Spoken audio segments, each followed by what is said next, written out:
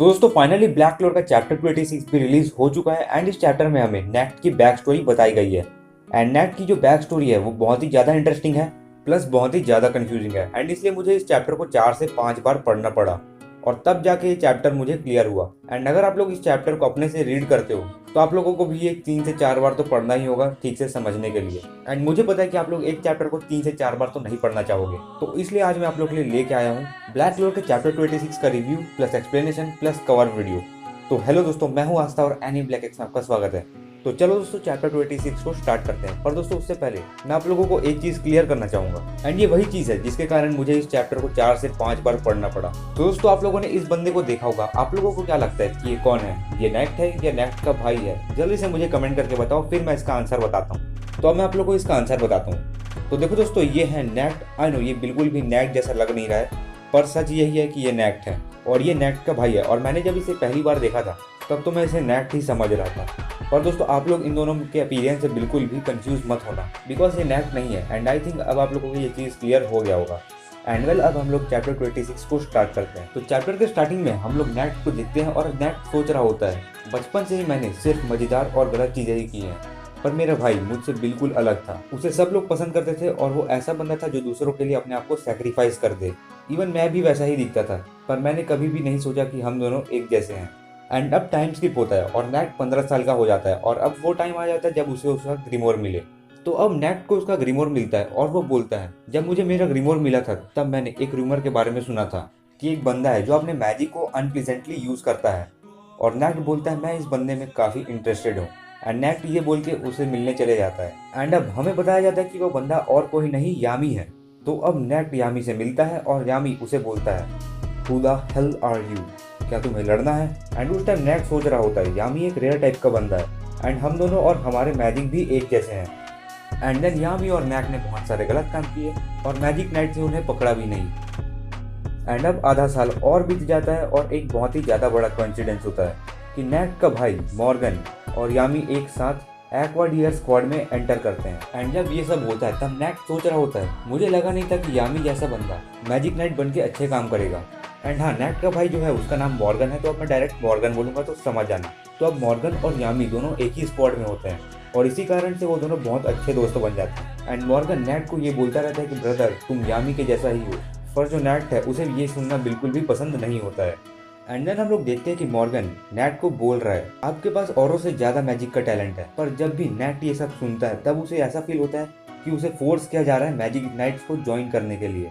And अब फिर से टाइम स्किप होता है और नेट 18 साल का हो जाता है और उसके पेरेंट उसे बात करने के लिए आते हैं और नेट उन्हें देख के ही बोल देता है कि आप लोग मुझे यहाँ डांटने आए हैं, मुझे ऐसे ही छोड़ दो और मॉर्गन को बोलो फैमिली को संभालने के लिए।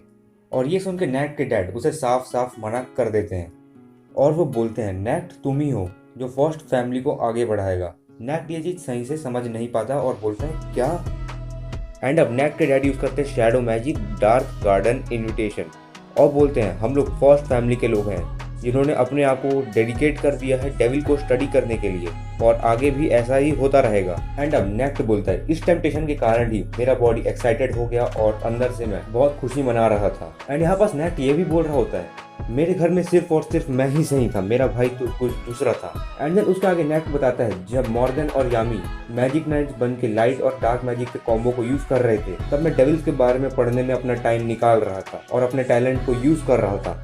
एंड देन हम लोग को ये पता चलता है कि नेक्ट ने 4 डेविल से कॉन्ट्रैक्ट बना लिया है और ये सब बोल रहे थे नेक्ट के डैड। एंड इसके आगे वो बोलते हैं तुम इन सभी के पावर्स को इतने अच्छे से यूज कर सकते हो, तुम तो जीनियस हो नेक्ट। और फिर नेक्ट के डैड उसे देते हैं एक रिंग टाइप का चीज जिसे रेलिक कहते हैं और बोलते हैं तुमने इतने सारे डेविल्स के साथ कॉन्ट्रैक्ट बना लिया है तो हो सकता है कि तुम इस डेविल के साथ भी कॉन्ट्रैक्ट बना लो। एंड यहाँ पास नेक्ट के डैड का ये मतलब था कि वो नेक्ट को बोल रहे हैं कि वो एक और डेविल के साथ कॉन्ट्रैक्ट बनाए। एंड दोस्तों यहाँ पास ध्यान देने वाली बात यह है कि नेक्ट का अपीयरेंस और बिहेवियर बिल्कुल भी चेंज नहीं हुआ है। एंड इससे हम लोगों को ये पता चलता है कि नेक्ट के बिहेवियर और अपीयरेंस चेंज होने से पहले ही वो 4 डेविल से कॉन्ट्रैक्ट बना चुका था। एंड देन वो लोग डेविल बाइंडिंग रिचुअल को स्टार्ट करते हैं और वहाँ एक डेविल आ जाता है और हमें ये बताया जाता है कि वो डेविल अंडरवर्ल्ड का रूलर है एंड वो हाईएस्ट रैंकिंग डेविल में से एक है और उसका नाम रहता है लूसी फोगस। एंड नेट उस डेविल को देख के थोड़ा चौंक जाता है और हाईएस्ट रैंकिंग डेविल सुनने के बाद वो बोलता है सुनने में मजेदार है। एंड तभी वहाँ मॉर्गन आ जाता है और वो नेट को रोकता है ये सब करने से। एंड मॉर्गन अपने मॉम डैड को बोलता है mom dad forbidden magic use करना एक सिन है और ऐसा मैं होने नहीं दूंगा, प्लस ये बहुत ही ज्यादा खतरनाक है। एंड नेट मॉर्गन को रिप्लाई देता है ये चीज खतरनाक है इसीलिए तो ये महान है एंड ये हाईएस्ट रैंकिंग डेविल है जो कि बहुत ज्यादा ही इंटरेस्टिंग है और ये मुझे वो थ्रिल देगा जो मुझे चाहिए। एंड द नेट जो बोलता है उसे सुनकर तो आप लोग बहुत ज्यादा ही खुश हो जाओगे। तो उसके आगे नेट बोलता है अभी और इसी वक्त मैं अपने लिमिट्स को सरपास करूंगा, right here and now I will Sarpass my limits. तो ये कोट सुन के आप लोगों को कैसा लगा ये मुझे आप लोग कमेंट में बताओ। एंड आगे प्रोसीड करने से पहले मैं आप लोगों से एक क्विज पूछना चाहता हूँ। तो आप लोग मुझे बताओ कि नेट के चारों डेविल्स का नाम क्या है, जल्दी से कमेंट करके बताओ एंड लेट्स सी कितने लोग सही आंसर देते हैं। एंड अब आगे होता ये है कि वो डेविल नेट के सामने आ जाता है और बोलता है गौमा। एंड वेल मुझे भी इस वर्ड का मीनिंग नहीं पता तो मैं आप लोगों को एक्सप्लेन नहीं कर सकता।